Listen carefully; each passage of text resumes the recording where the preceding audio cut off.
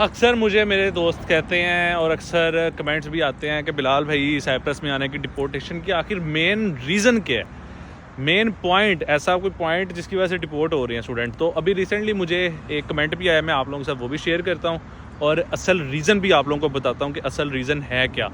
सबसे पहले आप लोग ये कमेंट पढ़ लें। कमेंट जो है वो ये है कि सलाम ब्रो, एक मसला बता दे। मेरा छोटा भाई साइप्रस में स्टडी वीज़े पर गया था 1 मंथ पहले। वो वहाँ से दूसरे साइप्रस जा रहा था, बॉर्डर पर गिरफ़्तार हो गया। अब उससे कोई रब्ता नहीं है। काइंडली ब्रो आप इसका कोई हल बताएं, उससे कैसे रब्ता करें प्लीज़। फ़र्स्ट ऑफ़ ऑल ये रीज़न है मेन डिपोर्टेशन होने की। मैं आप लोगों को कहता हूँ, एजेंटों की बात में आप लोग उनकी बातों में आके जो है डंकियाँ लगा के नॉर्थ साइप्रस से आके साउथ साइप्रस का कीड़ा होता है कि साउथ साइप्रस जाना है, साउथ साइप्रस जाना है, साउथ साइप्रस जाना है।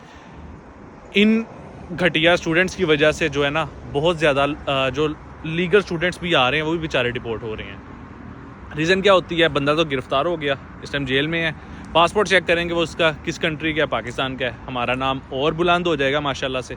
फिर जो डिपोर्टेशन रेट 80% हुआ है वो फिर 85 हो जाएगा, 90 हो जाएगा। ये सबसे बड़ी मेन रीज़न है यहाँ पे डिपोर्टेशन होने की।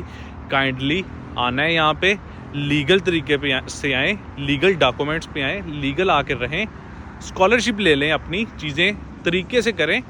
यहाँ पे भी अर्निंग बहुत ज़्यादा है, आप लोग कमा सकेंगे तरीके से भी, बस होमवर्क अपना कंप्लीट करके आएँ। होमवर्क क्या है, होमवर्क यही है कि आपने यहाँ पे आके अपने एक्सपेंस कैसे निकालने हैं, अपनी चीज़ें कैसे निकालनी हैं, ये सारी चीज़ें हैं। तो काइंडली इस तरह की जो है डंकियाँ लगा के साउथ साइप्रस जाने से